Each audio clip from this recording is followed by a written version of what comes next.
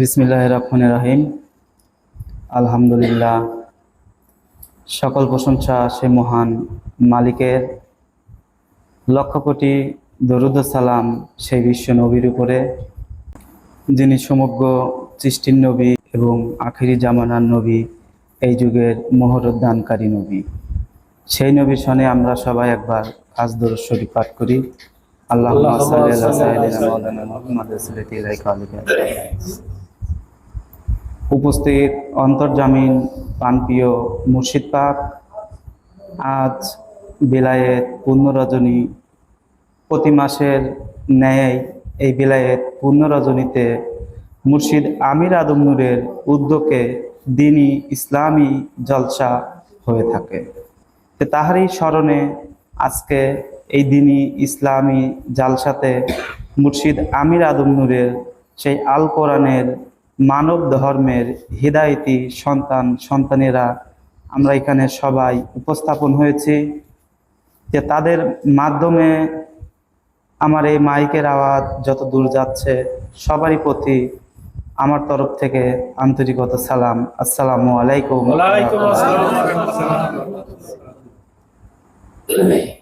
আমি মুর্শিদ আমির আদম নূরের হিদায়তি সন্তান।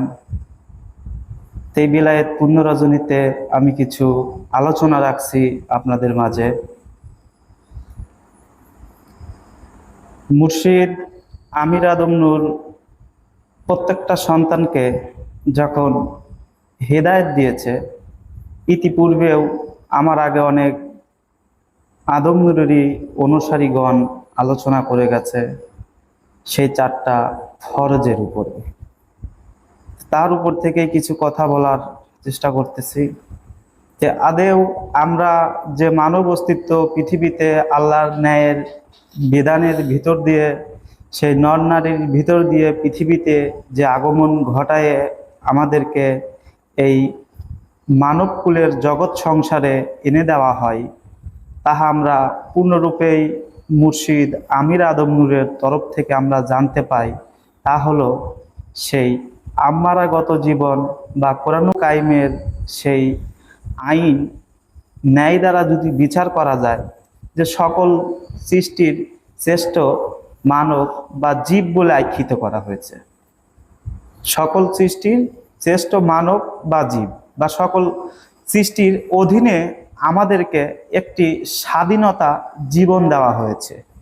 সেটা কীরকম, যদি আমরা আমাদেরকে যদি নিজেদেরকে যদি একটু চিন্তার করে যদি বিষয় দিয়ে যদি ভাবি, তাহলে আমরা কিন্তু আমাদের সেই নিজ গতিতে চলার অনুধাবন বিষয়টা কিন্তু আমাদের নিজ গতিতে আমরা বুঝতে পাই। কারণ একটা গরুর কিন্তু এই জীবন দেওয়া হয় নাই, একটা ছাগলের কিন্তু এই জীবন দেওয়া হয় নাই। কারণ একটা গরুকেও যদি আমরা পৃথিবীতে লক্ষ্য করে দেখি, যে তার গলায় দড়ি বাইধে এক জায়গায় 1 ঘন্টা 2 ঘন্টা ওইভাবে রেখে দিছে, তাকে মশাই কামড়াইতেছে, এটাই কামড়াইতেছে, তার পেটে খিদা লাগতেছে। যে ব্যক্তি সেই গরুর মালিক যখন তাকে খাবার দিবে, তখন তার সেই ক্ষুধা নিবারণ হবে। কিন্তু আমরা মানব কি, আমাদেরকে কি তাই করা হয়েছে? আমাদের এমন একটা স্বাধীনতা জীবন এনে দেওয়া হয়েছে, যে আমার খিদে লাগার সঙ্গে সঙ্গে সেটা আমি বুঝতে পাই, যে এখন আমার খিদা নিবারণ করার জন্য পৃথিবীতে সকল সৃষ্টি এই মানবের কল্যাণ স্বরূপ রাখা হয়েছে, তা আমরা ভক্ষণ করলে আমাদের খিদা নিবারণ হয়। এটা আমরা বুঝতে পাই যে আমাদের পেটে কতটুকু খাবার লাগবে বা লাগবে না, খাবারের সময় এটা আমরা অনুধাবন করতে পারি, বুঝতে পারি। তাহলে আমাদেরকে নিজ ইচ্ছাগতি জীবনের উপরে চলার স্বাধীনতা মহান আল্লাহ পাকের তরফ থেকেই আমাদের উপরে নাজিল হয়েছে। তাই আমরা সকল সৃষ্টির শ্রেষ্ঠ মানব। এই সকল সৃষ্টির শ্রেষ্ঠ মানবের উপরে আমরা মুর্শিদ আমির আদম নূর থেকে যেটা জানতে পাই, যে তোমাদের এই মানব অস্তিত্বটা হলো সকল নবীর সুন্নতি আত্ম দ্বারা গ্রহণ করা হয়েছে। এই যে আমাদেরকে 4টা ফরজের ভিক করে দেওয়া হয়েছে, আদেও এটা কিন্তু সেই সুন্নতের জগৎ, এটা কিন্তু সেই সুন্নতের অধিপত্য। সেই সুন্নতের জগতে যে ব্যক্তি ফরজ গুণের মালিক, ফরজের অধিকারী, সেই ব্যক্তিরই তো ক্ষমতা থাকে যে সেই সুন্নতের জগতে, সুন্নতের রাজ্যে আমাদেরকে সেই মহামানব সেই দয়া করে এবং মায়া করে, কারণ যে ব্যক্তি ফরজের সত্তা, যে ব্যক্তি ফরজের গুণের গুণী, তার কিন্তু ইবাদতের প্রয়োজন পড়ে না, তার কিন্তু মানব মুক্ত হওয়ার কোনো প্রয়োজন পড়ে না। কারণ যে ব্যক্তি ফরজ গুণের গুণী হয়, কারণ ফরজ হচ্ছে চিরঞ্জীবী সত্তা, আর চিরঞ্জীবী সত্তা কি কখনোই কর্ম করতে হয়, তার কি ইবাদত করতে হয়? তার কিন্তু ইবাদত করতে হয় না। কারণ সকল সুন্নতি আত্মর বডিকে সেই ফরজের গুণে গুণী করার জন্য সেই মুর্শিদ আমির আদম নূর তার মানব জীবন দ্বারা সেই ফরজের গুণের গুণী হয়ে সেই অবিনশ্বর জগতের সূর্য নূরের জ্যোতি তার জীবনে প্রতিফলন ঘটায় সেই আল্লাহর সত্যের সত্যবান হয়। তাই সেই ব্যক্তিরই সবে মাত্র অধিকার থাকে সেই সুন্নতের সত্যগুলোকে সেই ফরজের অধীনে এনে দেওয়া। যে সকল সুন্নত ফরজের সাথে যোগ হয়ে এই পৃথিবীর জগৎ থেকে নিজেকে সেই ফরজের গুণে গুণী করে তার পৃথিবীর কাল কাটানোর ভিতর দিয়ে সেই আখেরাতের জীবনে ফিরে যাবে। তাই যে ব্যক্তির ফরজের অধিকার থাকে, ফরজের সত্যের মালিকানা থাকে, সেই ব্যক্তিরই তো অধিকার থাকে আমাদেরকে সেই ফরজের, আমাদেরকে যে সেই ফরজের সত্তা দিল, বা আমাদের যে সেই ফরজের সত্তাই সত্যবান করে আমাদের দিক নিশানা করে দিল। এটা কি আমরা সেই জন্মসূত্রেই পেয়েছিলাম? এটা কি আমরা সেই মায়ের মাতৃগর্ভের থেকে পৃথিবী আসার পরেই, বা মাতা পিতা আমাদের একটু বড় করার পরেই কি এটা আমরা বুঝতে পাইছি? এটা কখনোই আমরা বুঝতে পাই নাই। তাহলে মুর্শিদ আমির আদম নূর প্রত্যেকটা সন্তানকে সেই হিদায়েতের সূত্রে ঠিক সেই সুন্নতের জগতে সেই ফরজের গুণের সেই আলো জ্যোতি তাহার দিক থেকে আমাদের সবেমাত্র হুকুম রাখা হয়। আমাদেরকে সেই 4টা ফরজের গুণে আমাদের গুণী করে দেওয়া হয়। আজ থেকে তোমার সেই মানব অস্তিত্বে আমি 4টা ফরজ করে দিলাম। এটা সবেমাত্র সেই হুকুম রাখা হলো। সেই হুকুমের ভিতর দিয়ে সেই মুর্শিদ আমির আদম নূরের সেই অবিনশ্বর জগতের সেই সূর্য নূরের জ্যোতি অল্প হোক বা ক্ষুদ্র পরিমাণ হোক আমাদের উপরে রাখা হয়। এই নিয়ে আজকে আমরা বলতেছি যে আমাদের উপরে সেই ফরজের সত্তা রাখা হয়েছে, বা আমরা সেই ফরজের গুণের গুণী, বা আমরা সেই ফরজের সত্যকে ধরে পৃথিবীর মানব জীবন থেকে সেই ফরজের গুণের গুণী হয়ে চলে যাব। তাহলে এটা আমরা চিন্তা চেতনার একটা বিষয় যে আদেও এই সম্পদটা কার, এই সম্পদটা কার। তাই মুর্শিদ বলতো যে আমি তোমাদেরকে যা দিছি তা তোমরা এরকম পৃথিবী যদি 7টাও বিক্রি করে দাও তাও এই সম্পদের মূল্য হবে না। কারণ ফরজ কখনোই পৃথিবীর অর্থ, ধন, সম্পদ, রাজত্ব, প্রাচুর্য দিয়ে কখনোই সেই ফরজের সত্যকে কেনা যায় না।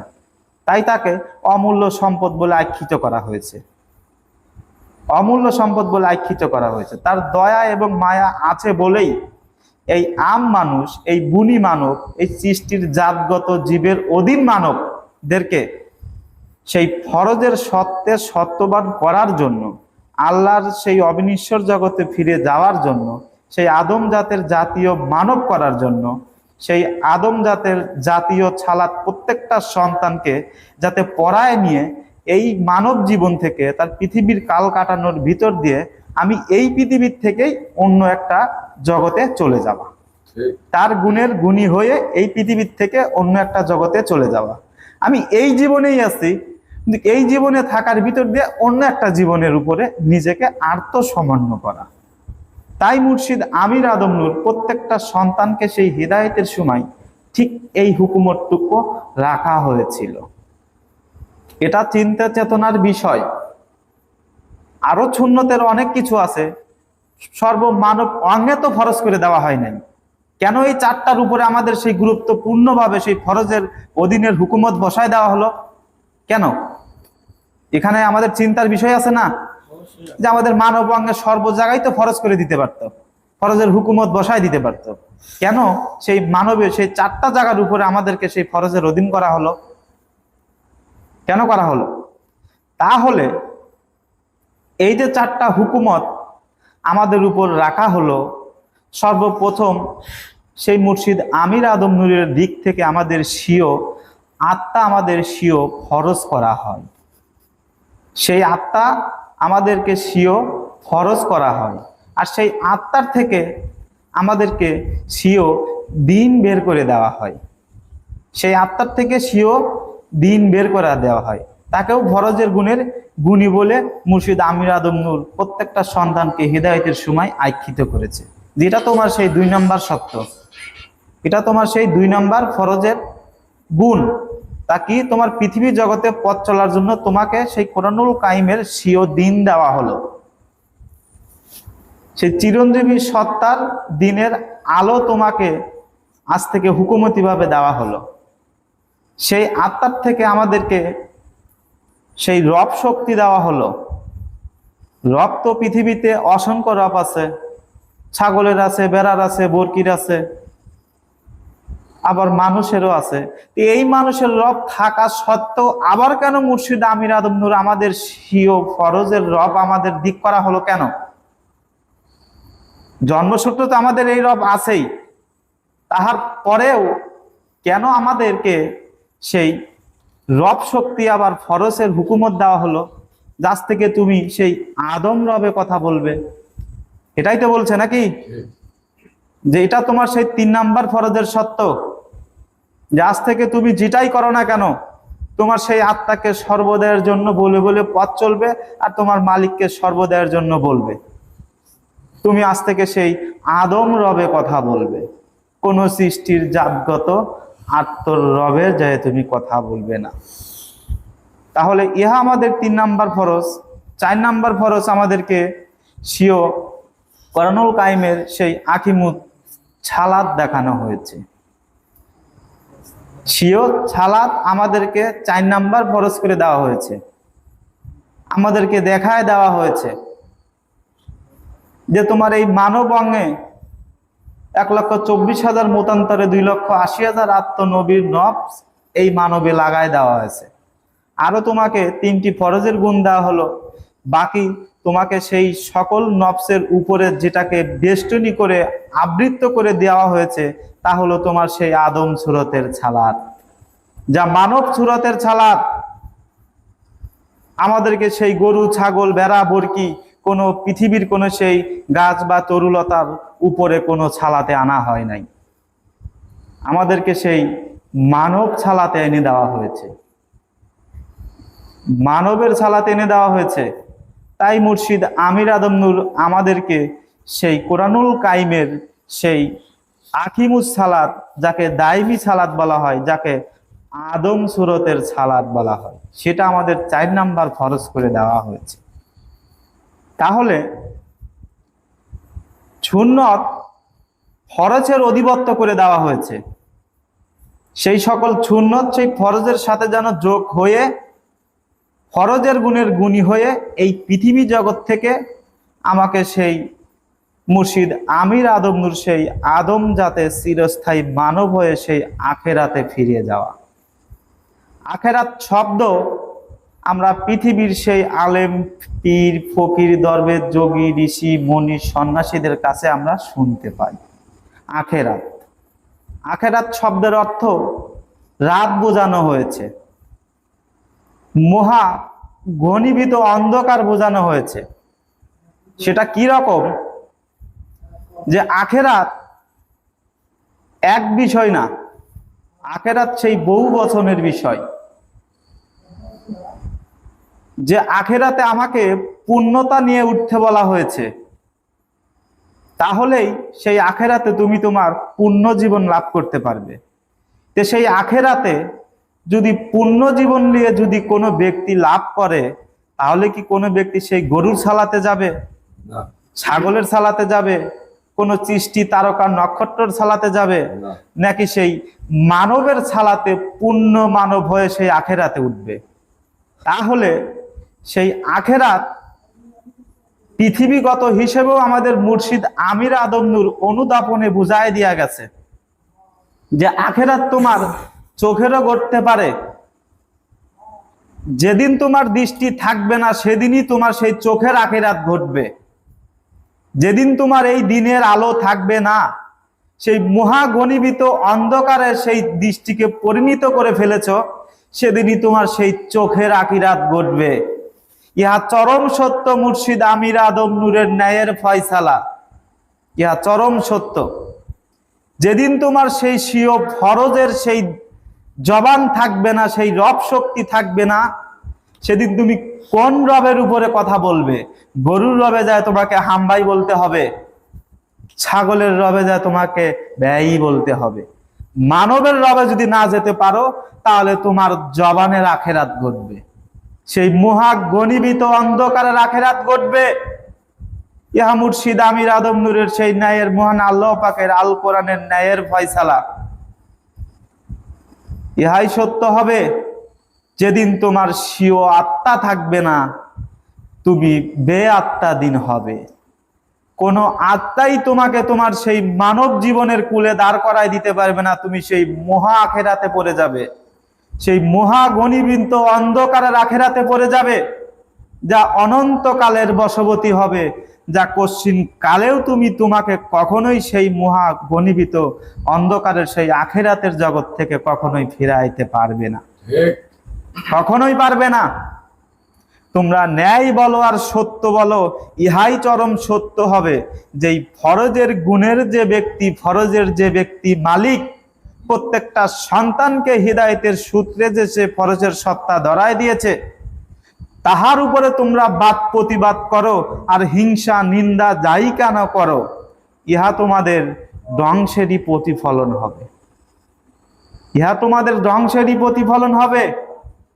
ইহা তোমাদের কখনোই লাভে আসবে না।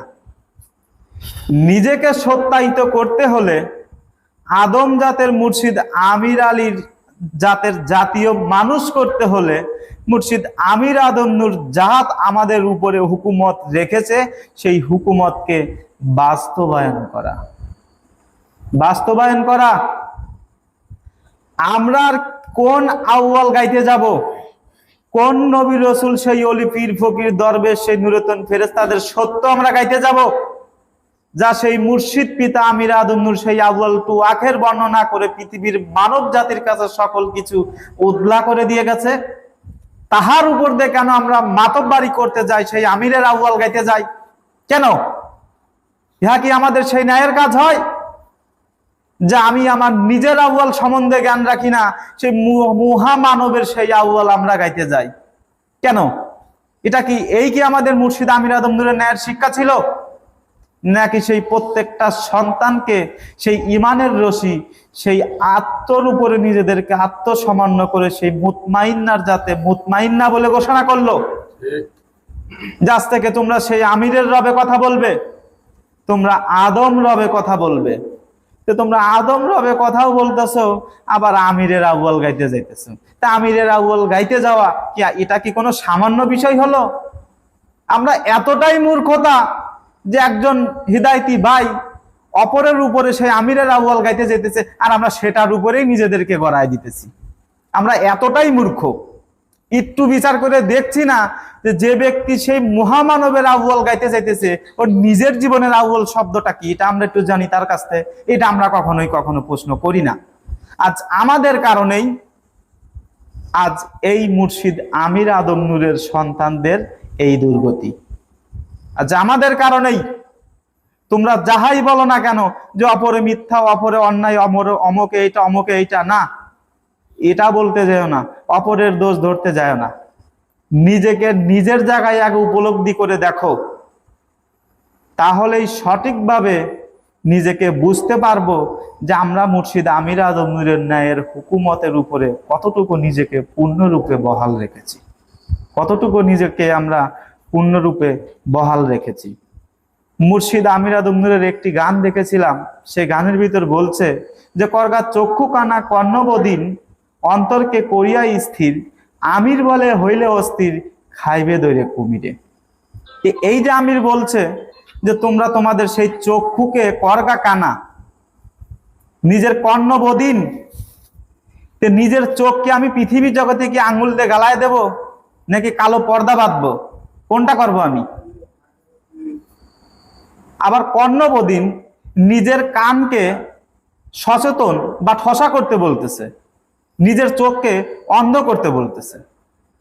তা আমি যদি এই পৃথিবীর লালসা মোহটাই যদি পড়ে থাকি, তাহলে আমি কি কখনো আমার সেই অন্তরের উপরে নিজেকে স্থির করতে পারবো? পৃথিবীটা তো 24 ঘন্টা ভাবে বিভক্ত করা হয়েছে। কর্মজীবন আছে, ঘুমানোর জীবন আছে, খাবার জীবন আছে। এই সকল কিছুর ভিতরেও আমি আমার অন্তরের উপরে কতটুকু নিজেকে স্থির রাখলাম, এই সময়টুকু তো আমাকেই শনাক্ত করতে হবে, নাকি এটা অপরে এসে কেউ আমাকে শনাক্ত করে দিবে? বলো। তাহলে আমি আমার দৃষ্টিকে যদি আমার কাছেই যদি অন্ধ না করতে পারি, সেই অন্ধ যেদিন দেখা শিখবে, সেদিন সেই আত্মদিনের দিন থেকে এই পৃথিবীর সত্য উপস্থাপন করবে। আমার চোখই ঠসা হলো না, আমার কাহানি ঠসা হলো না, চোখই অন্ধ হলো না, আমি পৃথিবীর দেখা দেখির ভিতরে নিজেকে সমাপ্তি রাখলাম, আবার আমি অন্তরের প্রতি স্থির থাকবো। এটা কি করে সম্ভব? এটা কি করে সম্ভব? এটা সেই সংসার যেখানে সর্বস্তরেই সেই মায়াবী জাল ফেলানো দেওয়া আছে। কখনোই চাইলেও মানুষ এই সহজভাবে এই পৃথিবী জগৎ থেকে নিজেকে সতের জীবনে উপস্থাপন করতে পারবে না। এটা এতটাও সহজ হবে না। মুর্শিদ আমির আদম নূর একটি বক্তব্যের ভিতরেও একটি সত্য, একটি গুরুত্বপূর্ণ ফয়সালা করে গেছে যে তুমি তোমার মানব জীবন দ্বারা যদি তোমার হাতকে পবিত্র করো, তোমার জবানকে পবিত্র করো, তোমার দৃষ্টিকে পবিত্র করো, তোমার পাওকে পবিত্র করো, যে তাহার পরেও তুমি তোমার মানব জীবন দ্বারা সেই পরবর্তী জীবনে মুক্ত হতে পারবে না। কারণ তুমি তোমার মানব অস্তিত্বকে তুমি সৎ করেছো, তুমি কোনো জীবনের উপরে নিজেকে আত্মসামান্য করো নাই, তুমি কোনো জীবন আলা হও নাই। নিজেকে সেই জগতে চিরস্থায়ী করতে হলে প্রত্যেকটা মুর্শিদ আমির আদম নূরের ছাত্রকে সেই জীবনের উপরে নিজেকে গড়ায় তুলতে হবে। কোন জীবন? প্রত্যেকটা সন্তানকে সেই হেদায়েতের সময় সেই আত্মা স্বীয় ফরজ করে দেওয়া হয়েছিল না? শুধু এটাই আমরা শুনি যে স্বীয় আত্মা ফরজ করে দিয়েছে। আদেও সেই আত্মার কর্মটা কি? সেই আত্মার ওয়েটটা কি? সেই আত্মা কি শুধু আমাদের ভিতরে রেখে দিল আর এভাবেই রয়ে গেল? আমরা তো সেই মরার জগতে যাই ঘুমাই, তো সেই ঘুমান্ত অবস্থায় তো আমাদের দর্শন জগতে মুর্শিদ আমির আদম নূর আমাদেরকে কোথায় নিয়ে নিয়ে ঘুরায় নিয়ে আসতেছে? কোন ব্যক্তি আমাকে স্মরণ এনে দেয়? কই, এটার তো তালাশ আমরা কখনো করি না। কোন ব্যক্তি আমাকে স্মরণ এনে দিল? আমি তো সেই মরার জগতে যায় ঘুমাইছিলাম। তাহলে কখন সেই মহামানব, সেই মুর্শিদ পিতা আমির আদম নূর প্রভু আমাদেরকে নিয়ে কখন ঘোরাবে নিয়ে চলে গেছে আমরা নিজেই জানি না। আবার যার জায়গার জিনিস সেই জায়গায় সুরক্ষিত। তো একই মন ঘুমাচ্ছে, আবার আর একই মন দর্শন জগতে ঘুরেও আসতেছে। কোন ব্যক্তি আমাকে সেই ঘোরায় নিয়ে আসলো, আবার আমার জায়গায় আমাকে গুচ্ছিত রাখলো, আবার আমাকে স্মরণেও এনে দিল? এটা কি আমাদের তালাশ করার বিষয় নয়? নাকি খালি আমরা দেখতেছি আর অহরহ এইভাবে আমাদের মানব জীবন কেটে যাবে? এটার দিক দিয়ে আমরা কখনো সচেতন হই না যে আমি ঘুমান্ত অবস্থায় আমার প্রভু এসে আমাকে ঘোরায় নিয়ে আসলো, আবার আমার জায়গায় রাখলো। ঠিক অনুরূপ যে ব্যক্তি তার নিজের মানব জীবনে সেই আত্মার উপরে জয় হবে, সেই আমিরের হুকুমতের ভিতর দিয়ে সেই চিরস্থায়ী জীবনের একটি আত্মনবজ ধরবে, সেদিন তাকেও এইভাবেই মুর্শিদ ছোবল দিয়ে নিয়ে যাবে। কোনো ব্যক্তি টের পাবে না, কোনো ব্যক্তি টের পাবে না। এই পৃথিবীর জগতের কোনো শক্তি নাই যে সেই সন্তানকে প্রতিরোধ করে মুর্শিদ আমিরের কাছ থেকে ছিনিয়ে রাখে। যেরকম ঘুমন্ত অবস্থায় তোমাকে নিয়ে ঘোরায় নিয়ে আসে, তুমি টের পাও না? কেউ কি বলতে পারে যে আমরা এটা টের পাইছি? যখন স্মরণে এনে দিছে তখন আমরা বুঝতে পাইছি। এটাই তো সত্য, নাকি? তাহলে আমাদের স্মরণে যখন এনে দেয় তখন আমরা দেখতেছি যে আমাদের মুর্শিদ আমাকে আজকে এটা দেখাইলো।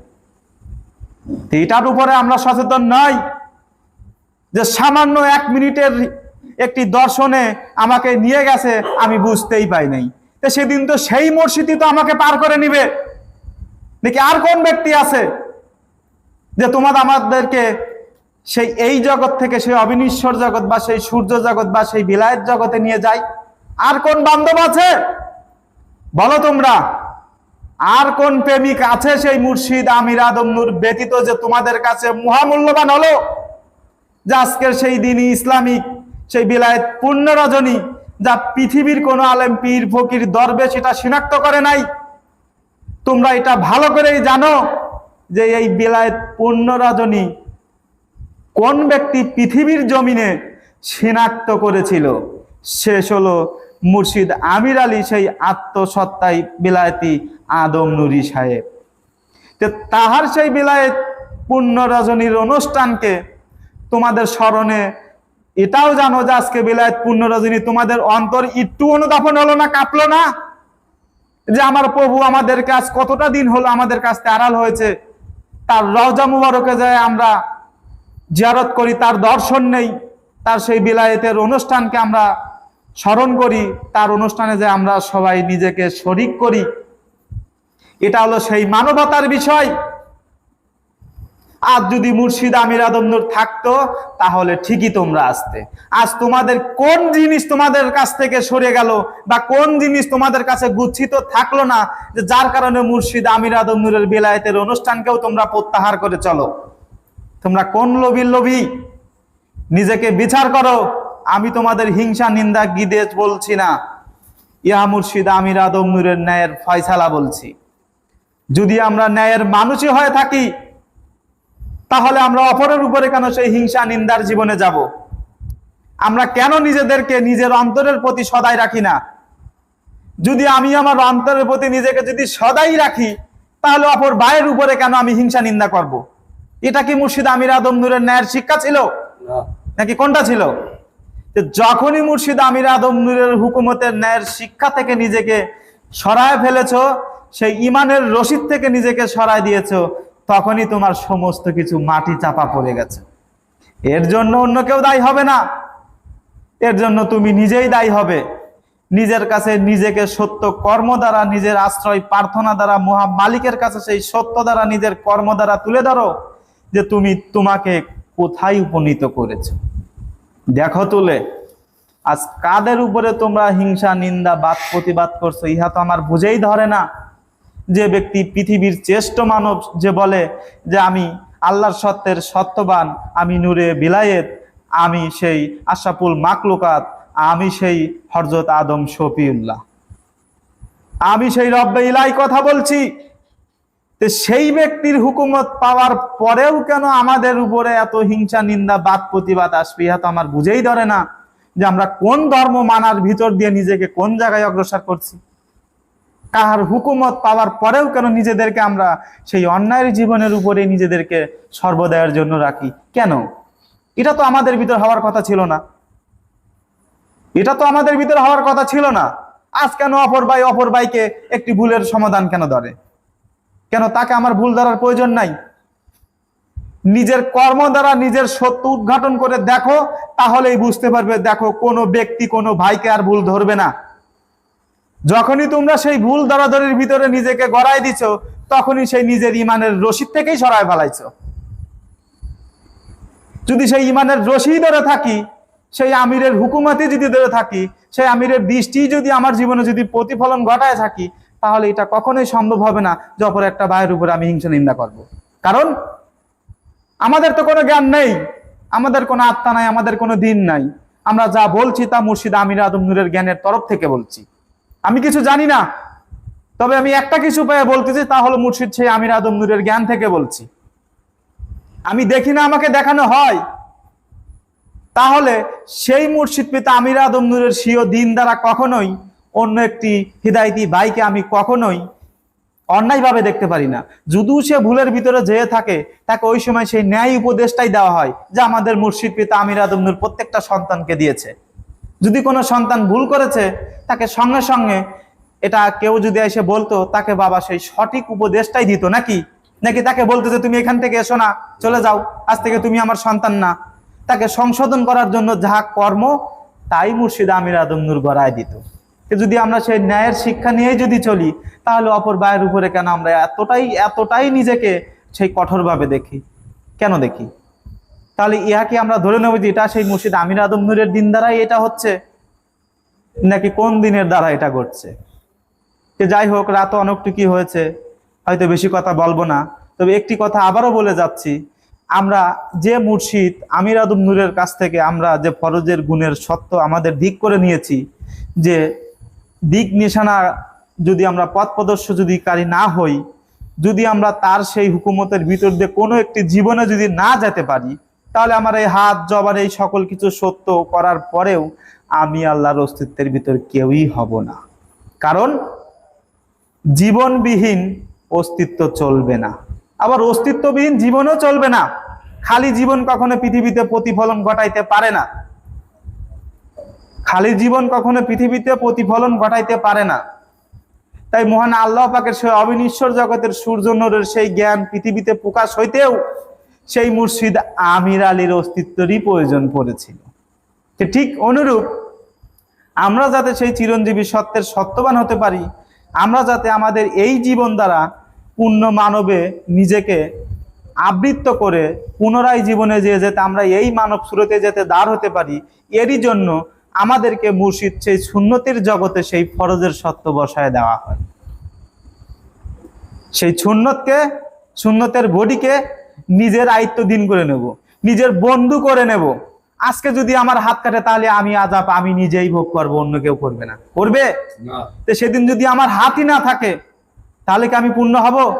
সেদিন যদি আমার জবানই না থাকে, আমার পাওই না থাকে, তাহলে সেদিনকে আমি সে আনন্দ উল্লাসে থাকতে পারবো? থাকতে পারবো না।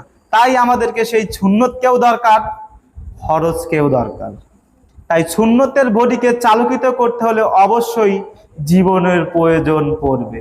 আর সেই জীবনটাই হইতেছিল মুর্শিদ আমির আদম নূরের হুকুমতের, অবিনশ্বর জগতের সেই হুকুমতের সেই আদম আত্মার জীবন। প্রত্যেকটা সন্তানকে বহাল করে হুকুমতি রাখা হয়েছে। তো তাহার হুকুমত মানার ভিতর দিয়ে সেই জীবনের উপরে নিজেকে প্রতিষ্ঠিত করে সেই সুন্নতের অস্তিত্বকে নিজের দিক করে নিয়ে সেই মুর্শিদ পিতা আমির আদম নূরের ন্যায়ের হুকুমতের ভিতর দিয়ে নিজেকে চিরস্থায়ী স্বর্গে পরিণত করে আমরা যেন সবাই সেই আজাদী জীবন লাভ করতে পারি। এ বলে আজকের বক্তব্য আমি এখানেই সমাপ্তি করছি। সুবহানাল্লাহ রাব্বিল আযীম, সুবহানাল্লাহ রাব্বিল আলা ওয়া আযীম। আসসালামু আলাইকুম ওয়া রাহমাতুল্লাহ।